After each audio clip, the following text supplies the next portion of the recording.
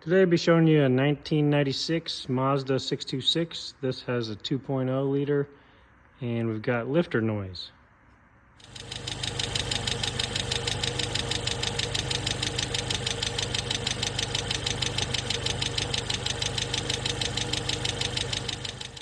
So with that noise, I pulled the valve cover off and poured this Marvel Mystery Oil all over the top of the HLAs, hydraulic lash adjusters, which is essentially the same thing as a lifter. It's just underneath the camshaft on these overhead cam motors.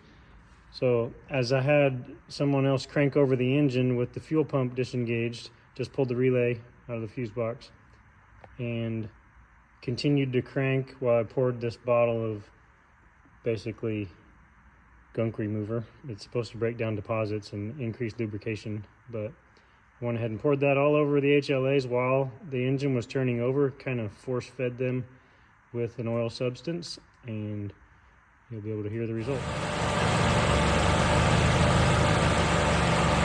The noise is gone.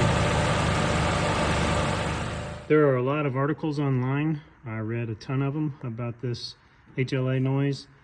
There's suggestions for additives. There's technical bulletins that say you should rev it from zero or from idle to 3,000 RPMs over a 30-second period and then back down to idle and do that like 5 or 6 times. I tried that.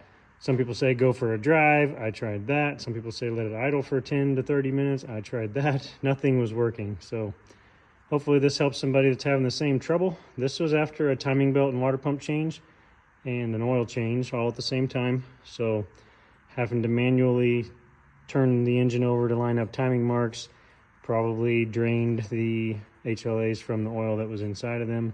And in order to pump them back up, this is what I was able to be successful at. So kind of force feeding them while the engine was being turned over without the fuel engaged. Hopefully this is helpful. If you like the channel, please subscribe.